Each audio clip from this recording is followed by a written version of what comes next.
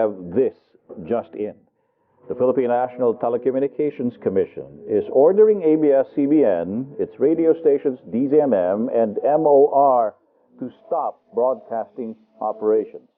And this after the media giant's franchise expired on Monday, May 4th. Earlier, Philippine lawmakers said they see no reason why ABS-CBN Corporation cannot continue operating even without a provisional authority from the National Telecommunications Commission. The House Committee on Legislative Franchises Chair, Franz Chicoy Alvarez, says Congress has the exclusive authority to deny or extend broadcast franchises.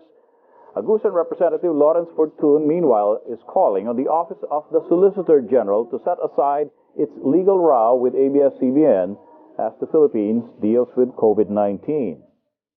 Senator Sani Angara notes that Solicitor General Jose Calida contradicts the Justice Secretary when he told the NTC that it was in no position to grant ABS-CBN a provisional authority to operate. Philippine Justice Secretary Minardo Guevara had said there is a basis to allow ABS-CBN's operations while the bills for its franchise renewal are pending in Congress. Malacanang is keeping its hands off the issue. It says it will comply with the NTC decision. ABS-CBN is the parent firm of this.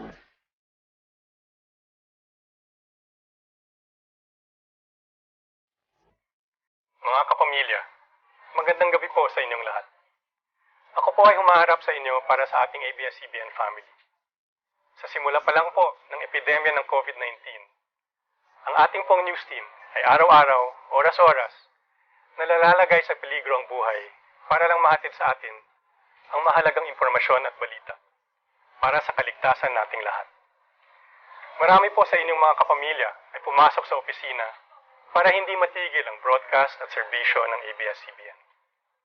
So umpisa pa lang ng lockdown at maraming Pilipino ang maaring magutom dahil mawawala ng hanap buhay, inumpisan po natin agad ang pantawid ng pag-ibig.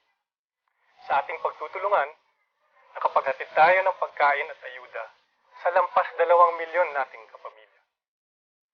Sa lahat po ng nagdaang taon at sa lahat ng nagdaang kalamidad at trahedya, ganito na po ang lagi nating ginagawa. Ang ating ABS-CBN ay nangunguna sa paglikom ng mga donasyon para makatulong sa pag-ahon ng mga biktima.